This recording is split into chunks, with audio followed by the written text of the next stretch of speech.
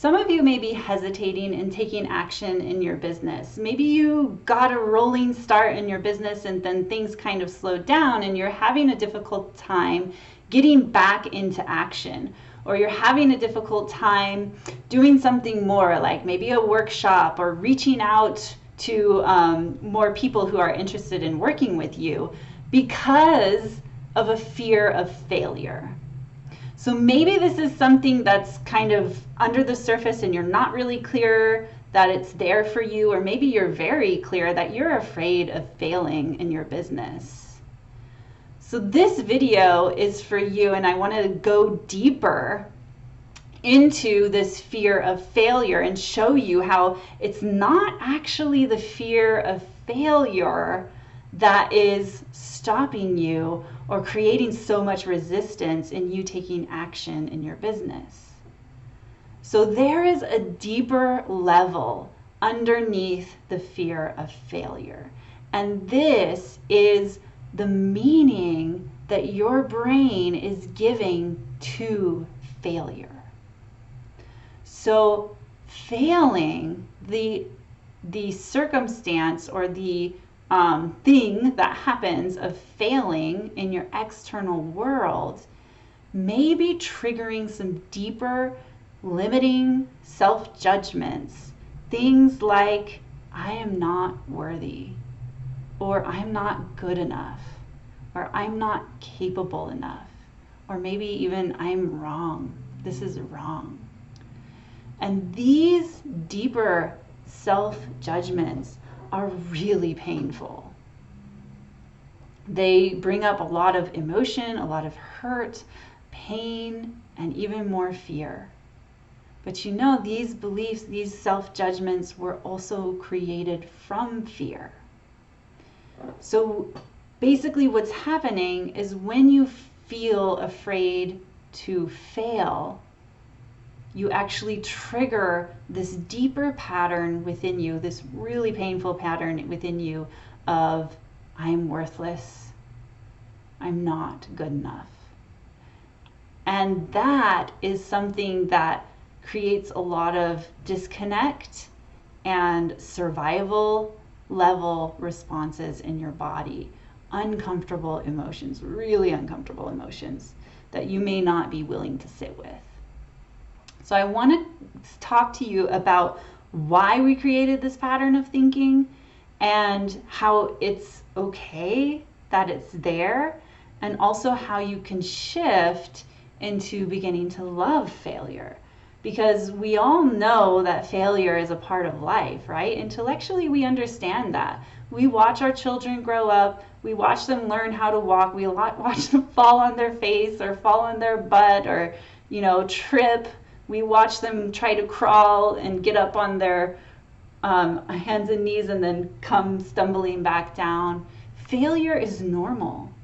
Failure is a part of life. But why are we giving it such a heavy meaning of us being worthless and if we fail? So I want to talk a little bit about creating that pattern and showing you that it's simply a pattern that we created most likely from childhood. So there may have been situations, let's say for example you were pouring the milk as a child and you poured a little too much and then it all spilled over the floor and your caregiver reacted with anger or frustration, and then they disconnected from you. So that disconnect creates fear. Maybe they yelled, maybe they sent you away, and that fear creates danger in your body, right?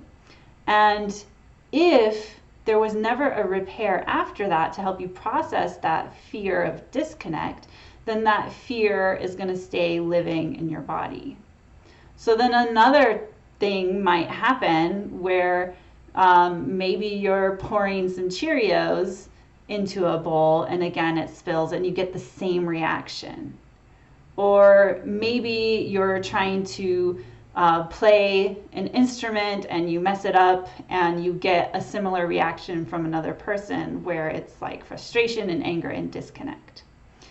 So this is you creating a pattern of failing and experiencing disconnect.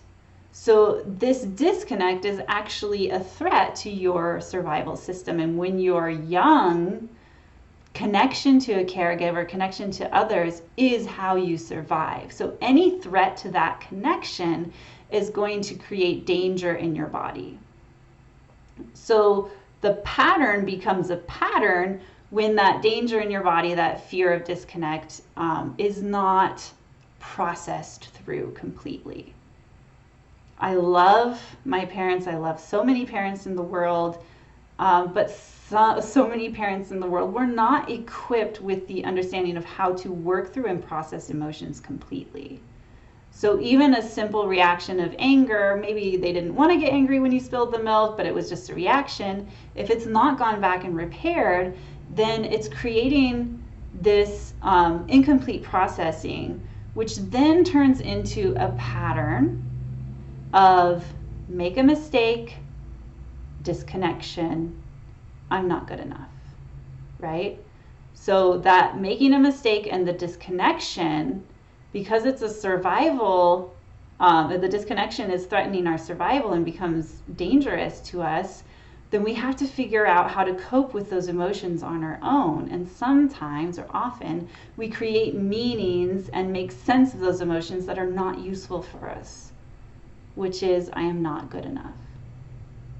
So now we have a pattern that we've experienced several times as children of make a mistake, disconnection, I'm not good enough.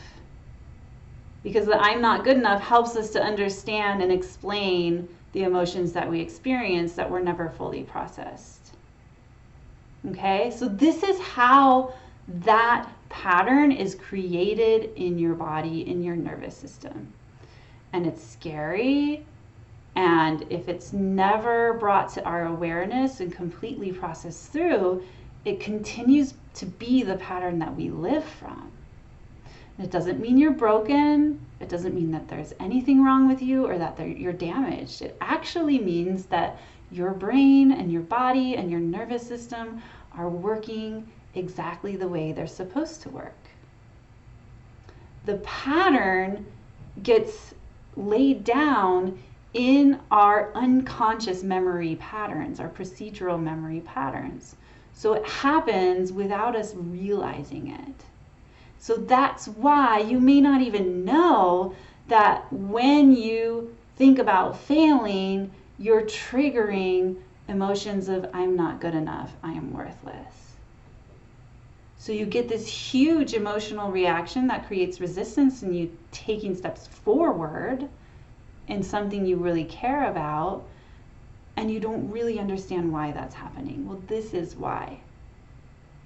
So the one thing that I want you to take away today is how you can begin to shift into a new relationship with failure.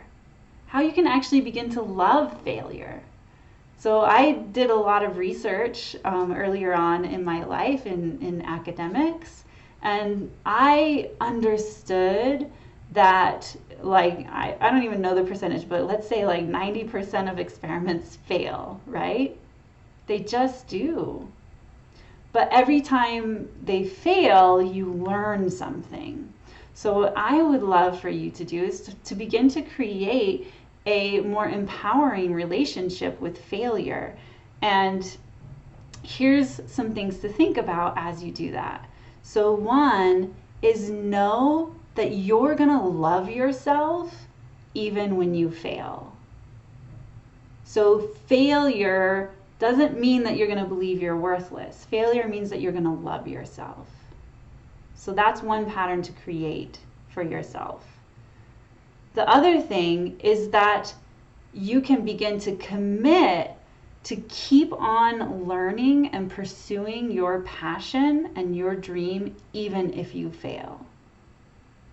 So if you're committed to doing that, then you're going to keep loving yourself, right? Because one thing that is really unloving, an unloving action that we can do, is to give up on ourselves. But if you commit right now, here and today, that you're going to keep failing indefinitely for the rest of your life, then you're going to create what you desire and you're going to follow your passion. And you're still going to fail along the way, and that's okay, because you're going to keep loving yourself. And when you keep loving yourself, you hold a space of curiosity and learning and expansion. So commit to learning from your failures and commit to your dream and your passion. I love you all so much. I love how I fail. I love how you fail. And it's really not a failure, right? Because we're always learning something from it. Have a beautiful day.